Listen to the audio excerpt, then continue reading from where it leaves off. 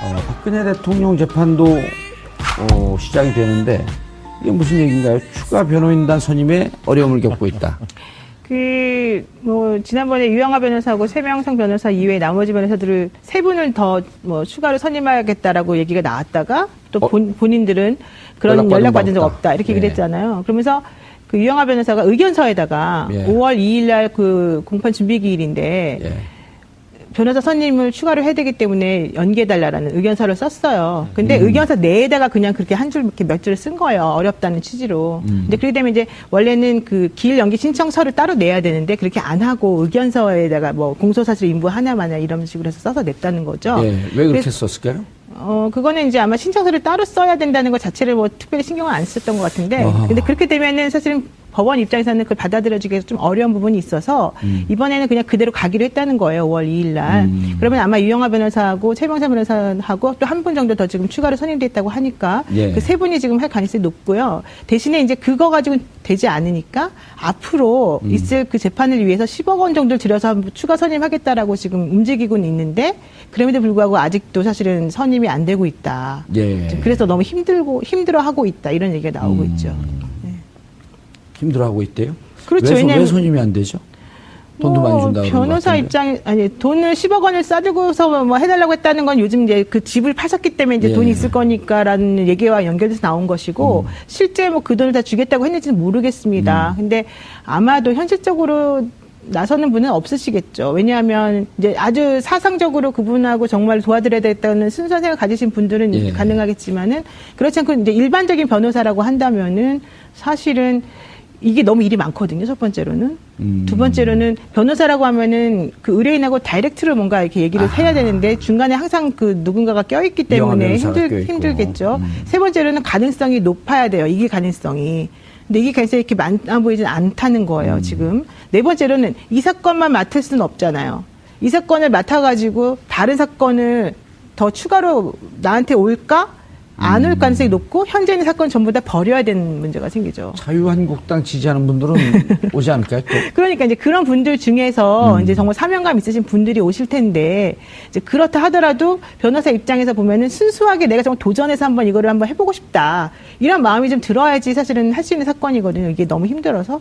근데 그렇게 하기가 좀 어렵죠, 사실은. 자, 이 박근혜 대통령 재판, 최순실 씨 재판.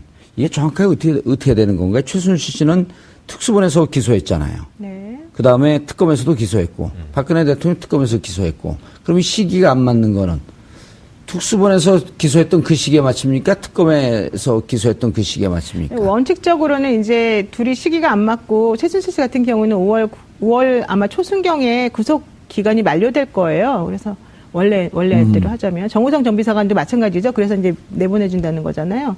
근데 최순실 씨 같은 경우는 그 사건에 대한 구속 기간은 만료되지만 다른 사건들이 추가로 많기 때문에 이제 사실 연장할 수가 있어요. 근데 구속 기간을. 네, 그러니까 특검에서 이분을 구속했는데 문제는 그게 아니라.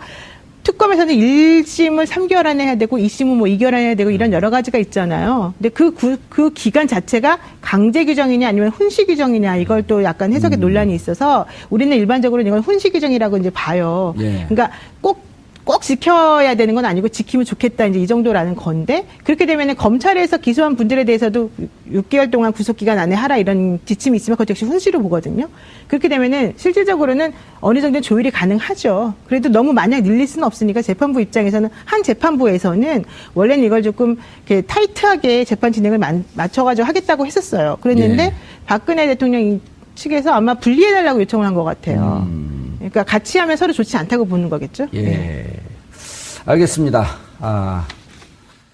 우병우 전 수석 또 박근혜 전 대통령 재판이 이제 시작되는 그런 국면이죠. 그러니까요. 그 최순실 씨라든지 김기춘 전 비서실장, 조윤선 전 장관 같은 사람은 재판 한지 한참 됐어요. 그렇죠. 1심 한참 진행 중인데 아시다시피 이제 우병우, 박근혜 두 사람은 그 특검에서 다시 검찰로 넘어온 뒤에 기소를 했지 않습니까? 맞습니다. 그러니까 그 시점이 이제가 시작이 되는 거예요. 당장 오늘이 우병우 전 수석 공판 준비 기일 맞아요? 맞습니다. 아시다시피 이제 우 전 수석은 불구속 기소됐죠. 그리고 오늘이 공판 준비기일입니다. 이 공판 준비기일이 말 그대로 예. 공식적인 재판 시작은 안 하지만은 출석해가지고 뭐 서류 같은 거 맞춰보고 사실관계에 대해서 뭐 틀림이 없는지 확인하고 이런 예. 거거든요. 예. 법적으로는 피고인이 안 나와도 돼요. 그러니까 공판 준비기일은 주로 변호인들만 나와가지고 그렇죠. 진행하는 거죠. 예. 예.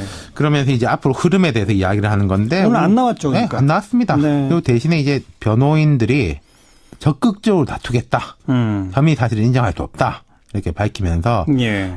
구속영장 청구서에 있는 내용을 바탕으로 이제 다퉈보겠다. 그러면서 아직 기록 검토를 모두 마무리하지 못했기 때문에 예. 좀 이걸 좀 많이 미뤄달라. 준비기를 좀 여러 차례 늘려서 가지자 이렇게 이야기했어요. 재판을 좀 천천히 오래 할 생각인 노선이네요. 그렇죠. 특히 이제 우전 수석 같은 경우에는 불구속된 상황이지 않습니까? 예, 예. 물론 불구속이 이제 유무죄하고는 크게 상관은 없다라고는 하지만은 불구속된 재판에 이제 피고인이 재판 중에 구속당하는 사례는 또 드물거든요. 예. 실은. 어쨌든 그러니까 불구속 상태니까 급할 게 없는 거죠. 그렇죠. 예. 그러니까 그리고 변호인 측에서 기록 검토도 모두 마무리하지 못했다고 하는데 그 기록이 워낙 많다면서요. 또. 만쪽.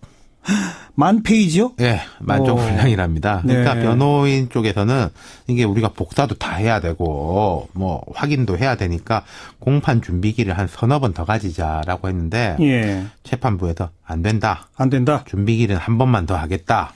이렇게 했는데 대신에 그 준비기를 6월 2일로 잡아줬어요. 한 달이나 시간을 준 거네요. 그렇죠. 네.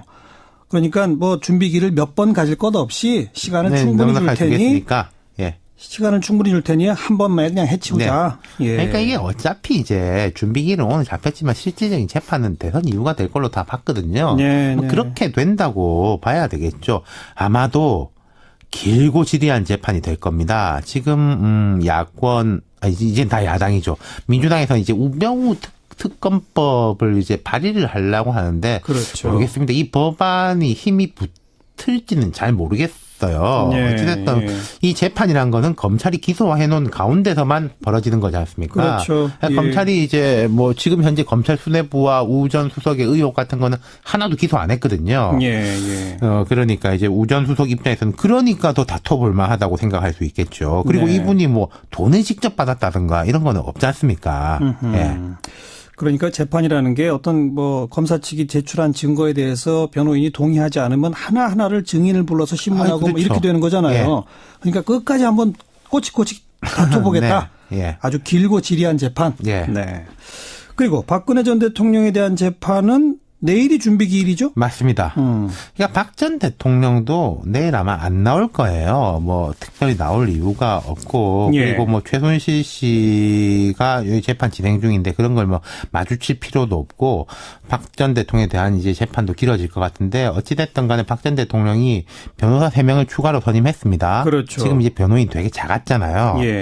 근데 이 3명 추가 선임한 걸 봐도 이른바 정관 변호사가 한 명이 포함되어 있기는 있어요. 판사 출신. 판사 출신. 예. 예. 근데 나머지 두 변호사는 좀 그 경험이 일천한 젊은 변호사, 조금 보조적 역할을 할 수 있는 그런 변호사로 선임이 됐거든요. 예, 예. 그렇다면 이제 박 전 대통령이 좀 뭐 변호인단을 좀 크게 늘리겠다 이런 거는 잘 안 되고 있는 것 같아요. 예. 아까 우병우 전 수석의 사건 기록이 만 페이지라고 그랬는데 박근혜 전 대통령은 그보다 더 많지 않나요? 더 많겠죠. 예. 그러니까 여기도 이제 재판이 길게 진행될 건데, 근데 이제 박 전 대통령은 또 구속 상태인 점이 있지 않습니까? 그렇죠. 예. 그런 부분에서 모르겠습니다. 박 전 대통령이 앞으로 좀 이 전략을 어떻게 세울지, 유무죄를 다투는 전략으로 할지, 예. 아니면은 좀 빨리 나오는 쪽으로 할지, 또 심지어 이제 뒤에 이야기 드리겠습니다만은 홍준표 후보는 오늘 공식적으로 내가 당선된 박 전 대통령 사면한다 이런 이야기도 했어요. 아직 재판 시작도 안 했는데 그러니까요. 사면 예. 얘기를 해요? 그러니까 이런 사면을 하려면 대법원 확정 판결 이후에나 하는 거잖아요. 그렇죠. 근데 예. 과거에 보면 그런 전례들은 있었던 게 1, 2심의 재판을 받은 사람들이 사면 분위기가 될 것 같으면은 항소를 안 하고 그런 경우도 있긴 있었어요. 예, 형을 확정시키면 사면 대상이 될 수도 있으니까. 근데 지금은 이제 대선에서 아무래도 뭐 1, 2등이 뭐 문재인, 안철수, 홍준표 후보 많이 따라가긴 했지만은 그쪽이 될 가능성이 높고 또 제가 볼 때는 정치 환경의 변화에 대해서 섣불리 말씀드리긴 어렵습니다만 뭐 대선 직후에 사면 이런 이야기가 나올 가능성은 아주 제로거든요. 아니 우선 재판이 끝나야죠. 그러니까요. 예. 예, 박 전 예. 대통령 쪽은 좀 머리가 아플 것 같아요. 그러네요. 구속 상태라는 것 때문에 네, 무한정 그렇습니다. 재판을 끌 수도 없고 예. 그렇다고 그냥 다 인정해서 바로 또 중형을 선고받는 것도 아니, 그렇고. 그러니까요. 예.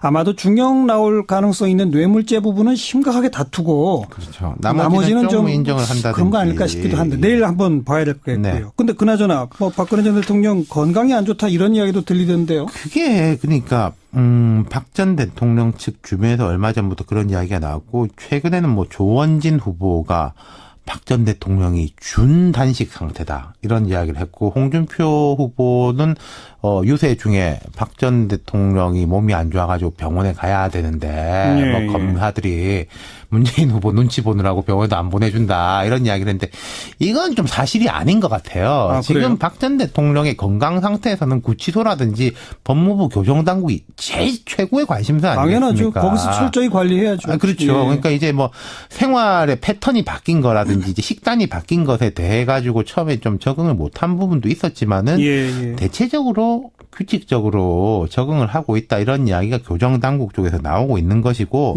만약에 정말 안 좋다면은 이게 지금 뭐 이렇게 묻고 갈 수 있는 상황이 당연하죠. 아닌 거죠. 근데 이제 재밌는 뉴스가 하나 나온 것은 박 전 대통령 이제 미결수 신분이기 때문에 형 확정이 안 되면은 투표권이 있어요. 교도소 안에서 투표할 수 있죠. 거소 투표를 할 수 있습니다. 예. 근데 이게 신청을 안 했다고 그러네요. 아, 본인이 신청해야 하는 건데. 그렇죠. 즉 대선에 투표 안 하겠다. 예. 대신에 최순실 씨는 신청을 했답니다. 그래. 그래가지고 이제 최순실 씨가 과연 누구를 찍을 것이냐, 뭐 이런 데 대한 이제 이야기도 오가고 있는데 어찌됐든 간에 이게 요약해서 말씀드리자면은 박 전 대통령이 됐건 우병우 전 수석이 됐건 대선 전에는 본격적으로 시작이 어렵다. 대선 이후부터 이제 대선이 이제 본격적으로 시작된다 이런 겁니다. 그리고 뭐 해봐야 내일 준비 기일 정도고 직접 법정에 박 전 대통령이 나오는 것도 아니니까 재판이 선거에 영향 미친다 이건 전혀 없다. 그렇습니다. 그래서 이제 뭐 건강 이상설 이런 게 나오는데 이건 조금 사실이 아닌 것 같고 물론 이제 박 전 대통령의 강력한 지지자들을 조금 결집시키는 효과는 나타날 수 있겠지만은 뭐 전반적으로 요 진행 사항이라든지 박 전 대통령의 수감 상태가 뭐 물론 일주일 동안 무슨 일이 있을지 모르는 거지만 지금 상황으로선 크게 뭐 플러스든 마이너스든 영향을 미칠 것 같지는 않습니다. 대선 변수는 아니다. 네. 아직까지는. 예. 네. 수고하셨습니다. 감사합니다. 윤태권 실장이었습니다. 이거든요. 이게 너무 힘들어서. 예. 근데 그렇게 하기가 좀 어렵죠, 사실은. 아하, 자, 이 박근혜 대통령 재판, 최순실 씨 재판, 이게 정확하게 어떻게 되는 건가요? 최순실 씨는 특수본에서 기소했잖아요. 네. 그 다음에 특검에서도 기소했고, 박근혜 대통령 특검에서 기소했고, 그럼 이 시기가 안 맞는 거는 특수본에서 기소했던 그 시기에 맞춥니까? 특검에서 기소했던 그 시기에 맞춥니까? 원칙적으로는 이제 둘이 시기가 안 맞고 최순실 씨 같은 경우는 5월 아마 초순경에 구속 기간이 만료될 거예요. 그래서 원래대로 하자면 정호성 전 비서관도 마찬가지죠. 그래서 이제 내보내준다는 거잖아요. 근데 최순실 씨 같은 경우는 그 사건에 대한 구속 기간은 만료되지만 다른 사건들이 추가로 많기 때문에 이제 사실 연장할 수가 있어요. 근데 구속 기간을. 네, 그러니까 특검에서 이분을 구속했는데 문제는 그게 아니라 특검에서는 일시적으로 그분하고 정말 도와드려야 되겠다는 순수한 생각 가지신 분들은 가능하겠지만은 그렇지 않고 이제 일반적인 변호사라고 한다면은 사실은 이게 너무 일이 많거든요. 첫 번째로는. 두 번째로는 변호사라고 하면은 그 의뢰인하고 다이렉트로 뭔가 이렇게 얘기를 해야 되는데 중간에 항상 그 누군가가 껴있기 때문에 힘들겠죠. 세 번째로는 가능성이 높아야 돼요. 이게 가능성이. 근데 이게 가능성이 이렇게 많아 보이진 않다는 거예요. 지금. 네 번째로는 이 사건만 맡을 수는 없잖아요. 이 사건을 맡아가지고 다른 사건을 더 추가로 나한테 올까?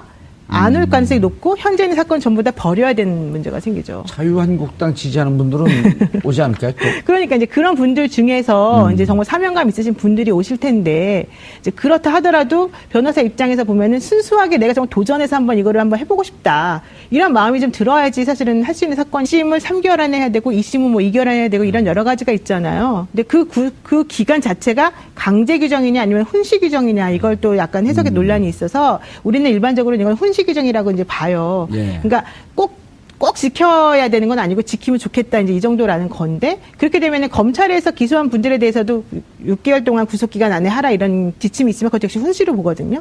그렇게 되면은 실질적으로는 어느 정도 조율이 가능하죠. 그래도 너무 마냥 늘릴 수는 없으니까 재판부 입장에서는 한 재판부에서는 원래는 이걸 조금 이렇게 타이트하게 재판 진행을 맞춰가지고 하겠다고 했었어요. 그랬는데 예. 박근혜 대통령 측에서 아마 분리해달라고 요청을 한 것 같아요. 그러니까 같이 하면 서로 좋지 않다고 보는 거겠죠. 예. 네. 알겠습니다. 오병우 전 수석 또 박근혜 전 대통령 재판이 이제 시작되는 그런 국면이죠. 그러니까. 근데 그렇게 되면은 사실은 법원 입장에서는 그걸 받아들여주기가 좀 어려운 부분이 있어서 이번에는 그냥 그대로 가기로 했다는 거예요. 5월 2일 날. 그러면 아마 유영하 변호사하고 최명사 변호사하고 또 한 분 정도 더 지금 추가로 선임됐다고 하니까 예. 그 세 분이 지금 할 가능성이 높고요. 대신에 이제 그거 가지고 되지 않으니까 앞으로 있을 그 재판을 위해서 10억 원 정도를 들여서 한번 추가 선임하겠다라고 지금 움직이고는 있는데 그럼에도 불구하고 아직도 사실은 선임이 안 되고 있다. 예. 그래서 너무 힘들어하고 있다. 이런 얘기가 나오고 있죠.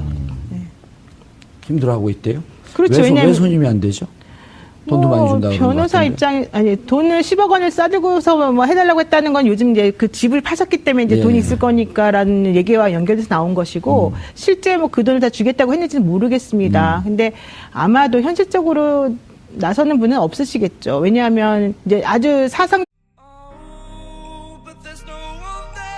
박근혜 대통령 재판도 시작이 되는데 이게 무슨 얘기인가요? 추가 변호인단 선임에 어려움을 겪고 있다.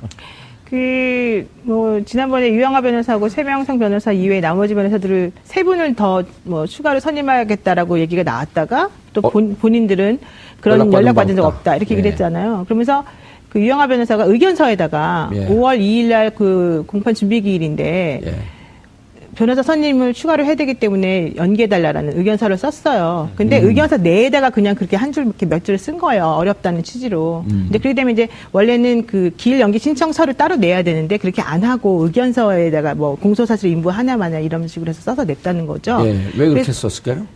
그거는 이제 아마 신청서를 따로 써야 된다는 것 자체를 뭐 특별히 신경을 안 썼던 것 같아요.